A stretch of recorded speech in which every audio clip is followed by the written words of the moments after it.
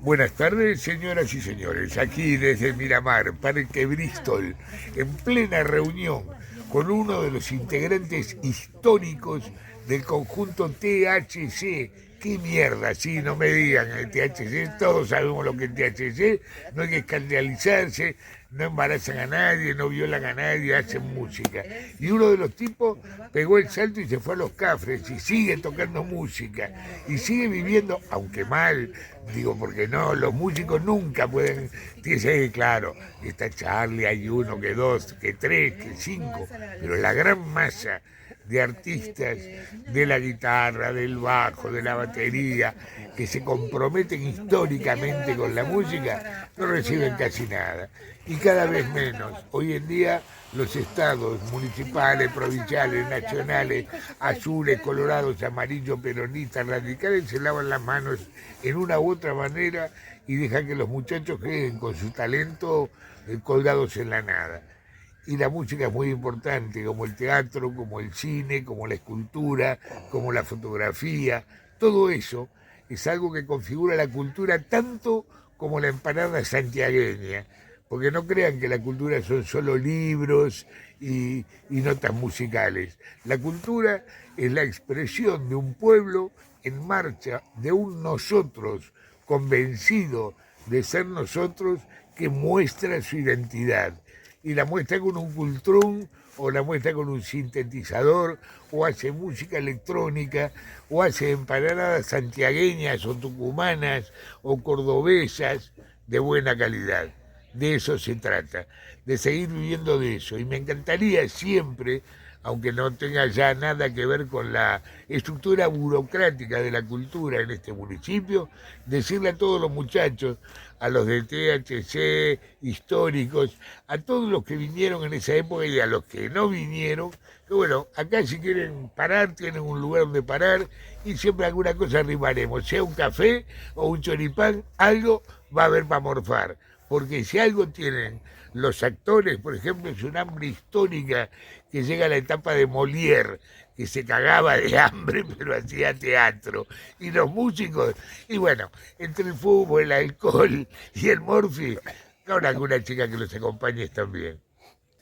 ¿Qué te acordás de aquellos festivales? Dos veces pudiste hacer el Festival de la Primavera en... Sí, en el vivero. Me acuerdo de dos cosas. Me acuerdo que el intendente cuando me nombró, yo no lo conocía el intendente ni él a mí. Yo había venido de Buenos Aires, de San Telmo, a pasar un año sabático, pero tenía un amigo que era secretario de gobierno acá, de un gobierno peronista, yo no sabía que era peronista, y me nombraron de prepo, encargado de cultura, y ganaba 487 pesos, me acuerdo, que no me alcanzó para invitar a comer a 5 personas que habían venido en representación de un grupo cultural.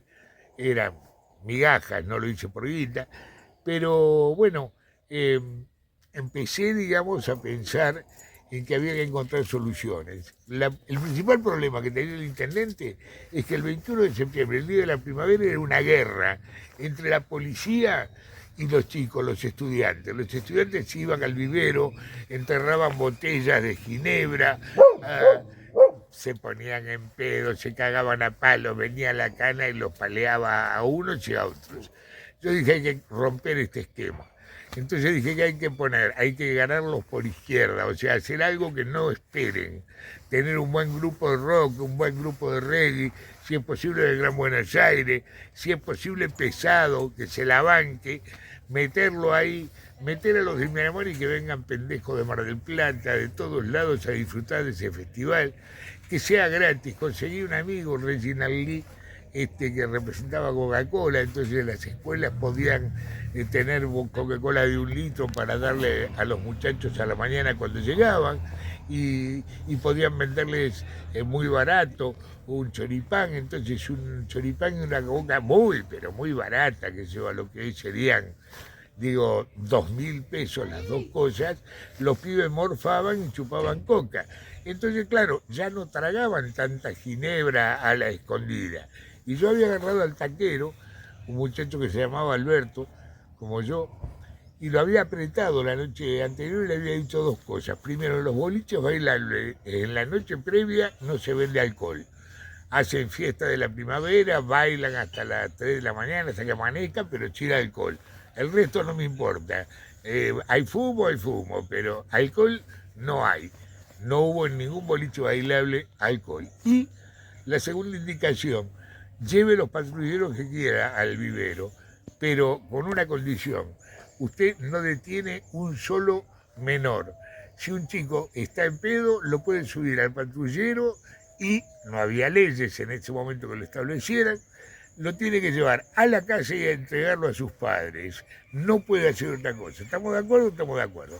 Sin violencia, sin quilombo, con la participación generosísima de grupos de primer nivel, como el que me está grabando hoy en día, en esta soleada tarde de invierno, logramos hacer 2 festivales donde no hubo un detenido, no hubo un lastimado, no hubo un robo, no hubo ningún quilombo, salvo un sereno en pedo que tiró unos tiros al aire durante la noche cuando ya había terminado el festival.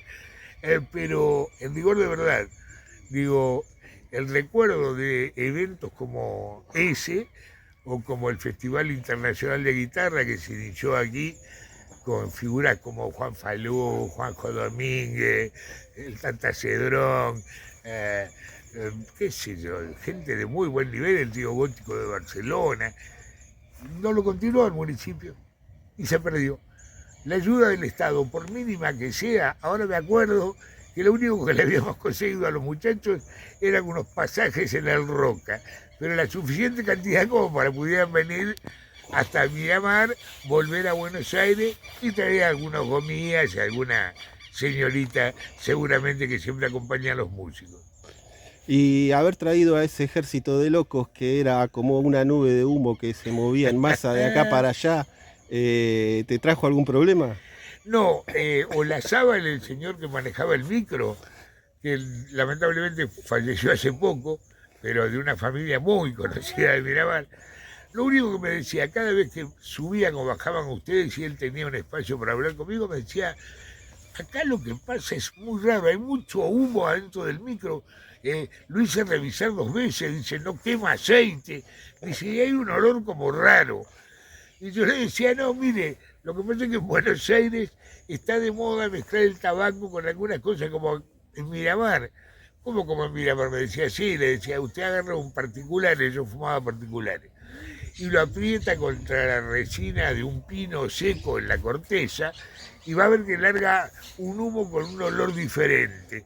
Los muchachos deben estar haciendo lo mismo. Era Punto Récord lo que fumaba, porque era muy bueno. Bueno, estimado Pensotti, siempre nos acordamos de usted. Y yo de ustedes. Así que es una alegría haberte encontrado acá en este suburbio miramarense y poder compartir unos mates en esta tarde soleada acá en el medio del bosque. En nombre de todos los THC te agradezco por aquella aventura y bueno, lo mejor para vos. Y para ustedes, para cuando gusten, esta es su casa y su lugar. Muchas gracias.